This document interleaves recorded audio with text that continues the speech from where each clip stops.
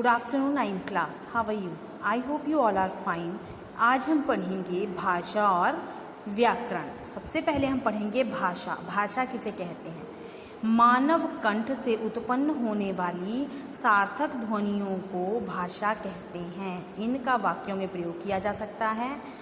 बच्चे यहाँ पे है जैसे मानव कंठ से जो ध्वनियाँ उत्पन्न होती हैं, सार्थक ध्वनियाँ मतलब जिनका कोई मतलब होता है, वो जो ध्वनियाँ होती हैं उन्हें भाषा कहते हैं। भाषा की परिभाषा है जिस साधन के द्वारा मनुष्य अपने मन के भावों या अपने मन के विचारों को किसी दूसरे के आगे प्रकट करता है और दूसरे के विचारों को समझता है, उसे भाषा कहते हैं।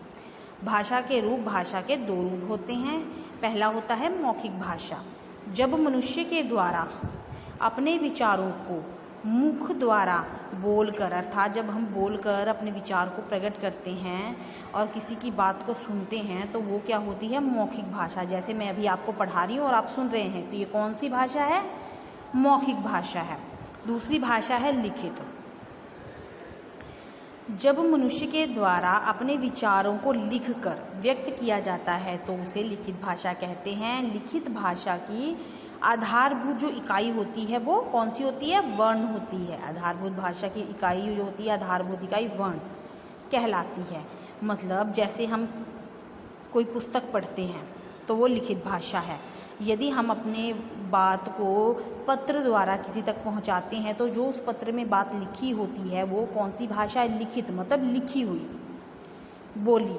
किसी छोटे क्षेत्र में बोले जाने वाले भाषा के स्थानीय रूप को बोली कहते हैं। मतलब जो छोटे से क्षेत्र में बोली जाती है वो क्या होती है? बोली। जैसे ब्रिज हो गई, बुंदेली हो गई, अवधी हो गई, बघेली हो गई, ये हैं बोलियाँ। उपभाषा।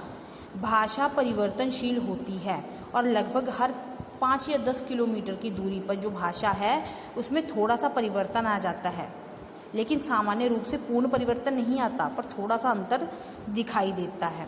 तो उसे क्या कहते हैं? उसे कहते हैं उपभाषा।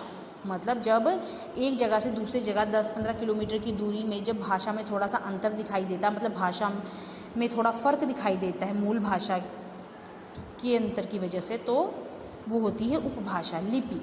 मौखिक ध्वनियों को लिखने कर प्रकट करने के लिए जिन चिन्हों का प्रयोग किया जाता है, मतलब भाषा को लिखने के लिए जिन निशानों अर्थात जिन चिन्हों का प्रयोग किया जाता है उन चिन्हों को लिपि कहा जाता है। जैसे हिंदी की लिपि है देवनागरी और पंजाबी की लिपि है गुरुमुखी। व्याकरण।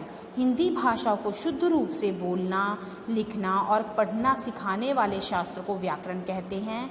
व्याकरण हमें भाषा के वर्णों के उच्चारण स्थान की जानकारी देती है, जिससे हमें शुद्ध भाषा बोलना में सहायता मिलती है। मतलब भाषा का शुद्ध अशुद्ध रूप जानने के लिए जिस शास्त्र का प्रयोग किया जाता है वो व्याकरण कहलाता है।